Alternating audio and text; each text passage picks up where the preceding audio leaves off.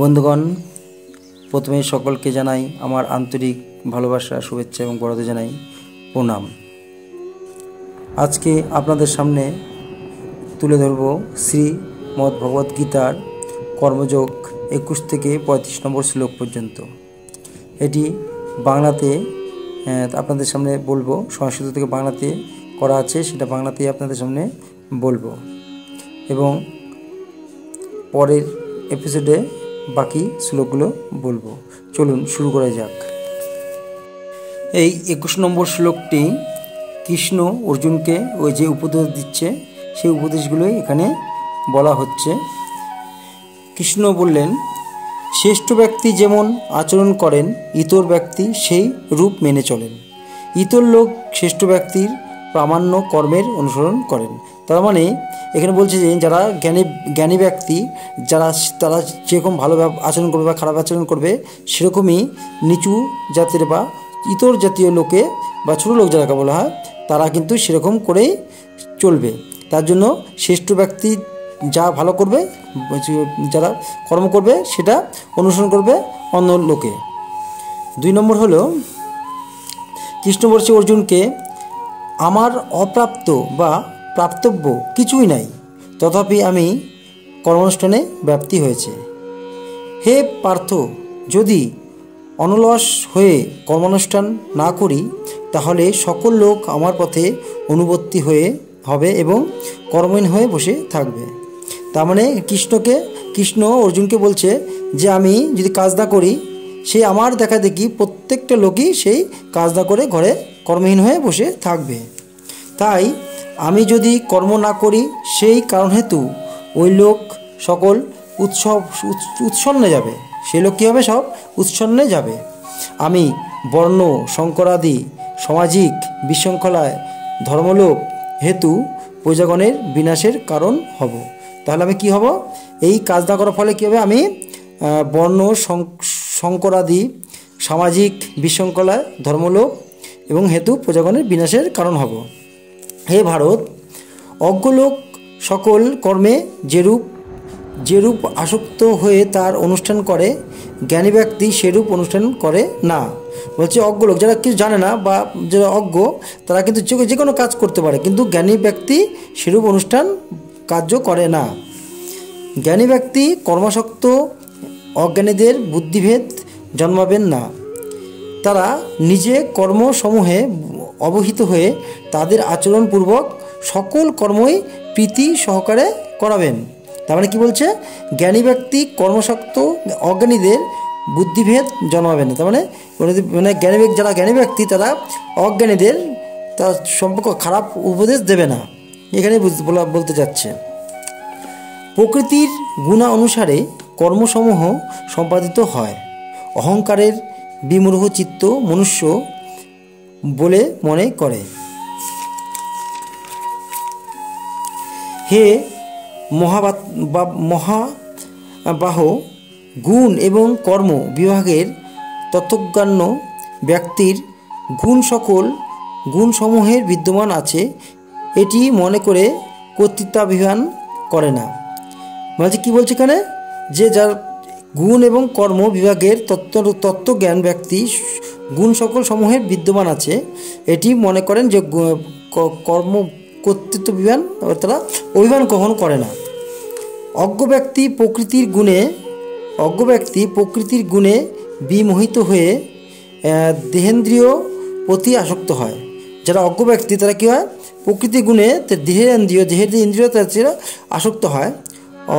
তত্ত্বজ্ঞ ব্যক্তি সেই সকল অজ্ঞ আত্মতত্ত্ব গ্রহণের অলস ব্যক্তিকে বিচলিত করবেন না।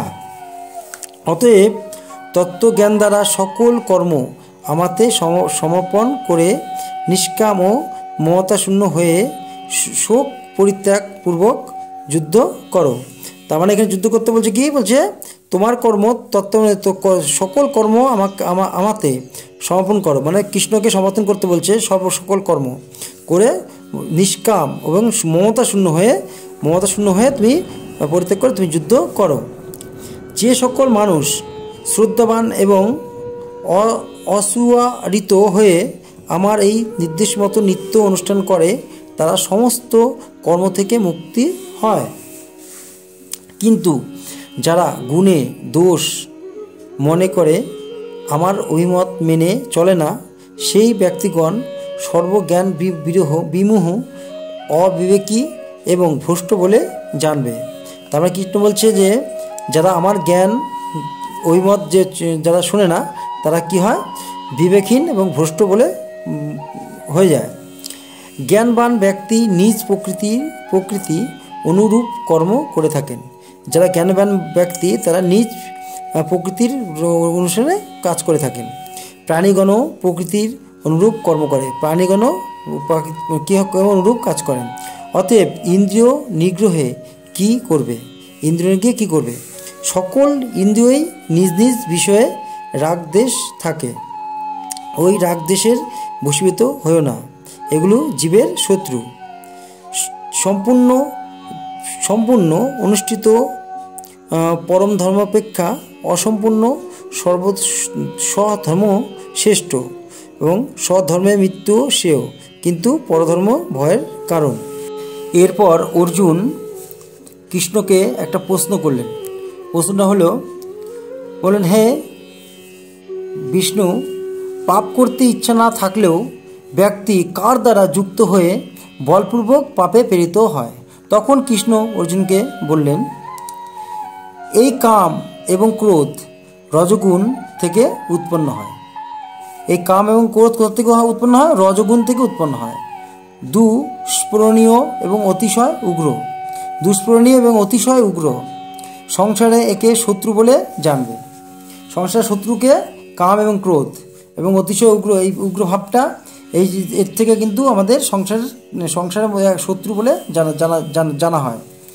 যেমন অগ্নি অগ্নি যখন ধোঁয়ার দ্বারা আবৃষ্ট থাকে, দর্পণ ময়লা দ্বারা, দর্পণ মানে আয়না যেমন ময়লা দ্বারা আবৃত থাকে এবং গর্ভ জরায়ু দ্বারা আবৃত হয়, সেইরূপ এই কাম দ্বারা জ্ঞান আবৃত থাকে। এই কাম দ্বারা জ্ঞান যে থাকে না, এই কাম দ্বারা জ্ঞানটা আবৃত থাকে। সেই কামটাকে যদি তুমি সরাতে পারো তাহলে তুমি জ্ঞানটা পাবে। সেখানে কৃষ্ণ বলছে, যেমন আগুন কি, ধোঁয়া যদি বেশি থাকে তাহলে কিন্তু আগুনটা পাওয়া যায় না, তখন ধোঁয়াটা যদি সরে যায় তখন কিন্তু আগুনটা ফুটে ওঠে।